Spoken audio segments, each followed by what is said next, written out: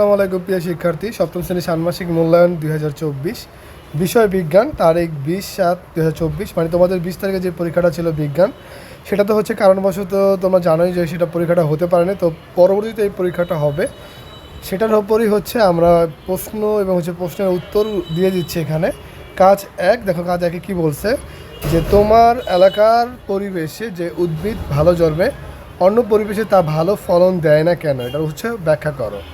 তো দেখো, ফসল বা উদ্ভিদের বৃদ্ধি ও ভালো ফলনের জন্য পরিবেশের অনেকগুলো উপাদান গুরুত্বপূর্ণ, যেমন ভূপ্রকৃতি, মাটির বৈশিষ্ট্য, তাপমাত্রা, বৃষ্টিপাত, দিনের দৈর্ঘ্য ইত্যাদি।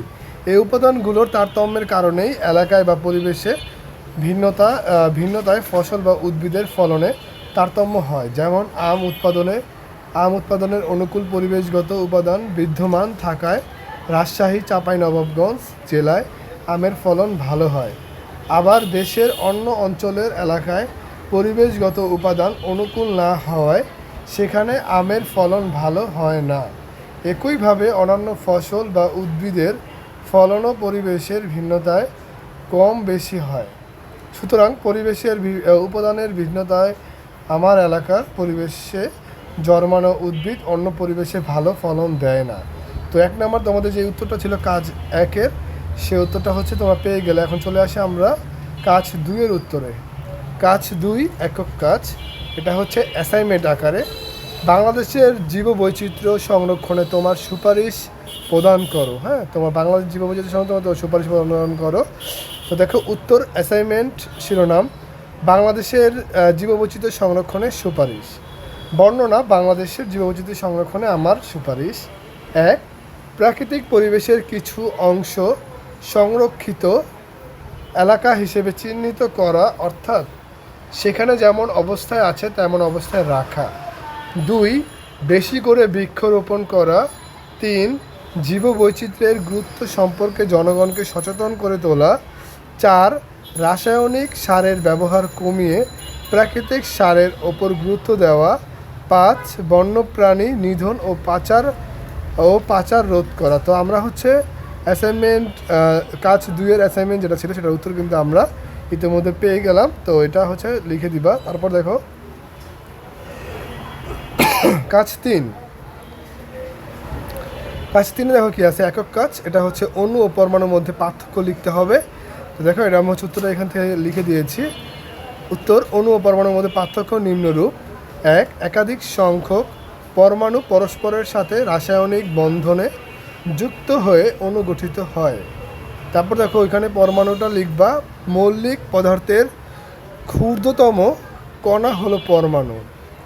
পরে এখানে আসো 2-এ, অণুর স্বাধীন অস্তিত্ব আছে। অণুর স্বাধীন অস্তিত্ব আছে, এখানে 2 লেখো, পরমাণুর স্বাধীন অস্তিত্ব নেই। পরে দেখো 3 নম্বর, এখানে কি লিখবা, অণু রাসায়নিক বিক্রিয়ায় অংশগ্রহণ করতে পারে না। অণু রাসায়নিক বিক্রিয়ায় অংশগ্রহণ করতে পারে না। 3, পরমাণু রাসায়নিক বিক্রিয়ায় অংশগ্রহণ করতে পারে। তারপর দেখো 4 নম্বর, দেখো অণুকে ভাঙলে এক বা একাধিক মৌলের পরমাণু পাওয়া যায়। এখানে দেখো 4 নম্বর কি লিখবা, যে পরমাণুকে ভাঙলে ওই মৌলের অস্তিত্ব থাকে না, কিন্তু 3টি স্থায়ী কণিকা পাওয়া যায়। 5 নম্বর দেখো কি বলছে এখানে, অণুর সংখ্যা অসীম, পরমাণুর সংখ্যা 118টি। তোমরা হচ্ছে অণু এবং পরমাণুর পার্থক্য কিন্তু পেয়ে গেলা। তারপর আমরা চলে যাই কাজ 4-এ, সেটা হচ্ছে দলগত কাজ। এটা হচ্ছে তোমাদের এই আজকের পর্বের শেষ অ্যাসাইনমেন্ট 1, উদ্ভিদ ও প্রাণী কোষের মধ্যে পার্থক্য উপস্থাপন করো। উত্তর দেখো, উত্তর কীভাবে লিখবা, যে শিরোনামটা দিবা এইভাবে, যে অ্যাসাইনমেন্ট শিরোনাম উদ্ভিদ ও প্রাণী কোষের মধ্যে পার্থক্য বর্ণনা। নিচে উদ্ভিদ ও প্রাণী কোষের মধ্যে পার্থক্য উপস্থাপন করা হলো। উদ্ভিদ কোষ 1, উদ্ভিদ কোষে পুরো কোষ প্রাচীর থাকে। দেখো প্রাণী কোষে কী লিখবা, যে প্রাণী কোষে কোষ প্রাচীর নেই। 2 নম্বর, উদ্ভিদ কোষে কোষ গহ্বর বিদ্যমান। এখানে লিখবা 2 নম্বর, প্রাণী কোষে কোষ গহ্বর নেই। তারপর দেখো 3 নম্বরে লিখবা, বিভিন্ন প্রকার প্লাস্টিড থাকে উদ্ভিদে, প্রাণী কোষে প্লাস্টিড থাকে না। 4 নম্বরে লিখবা, সাধারণত উদ্ভিদ কোষে স্ট্রোসোম থাকে না।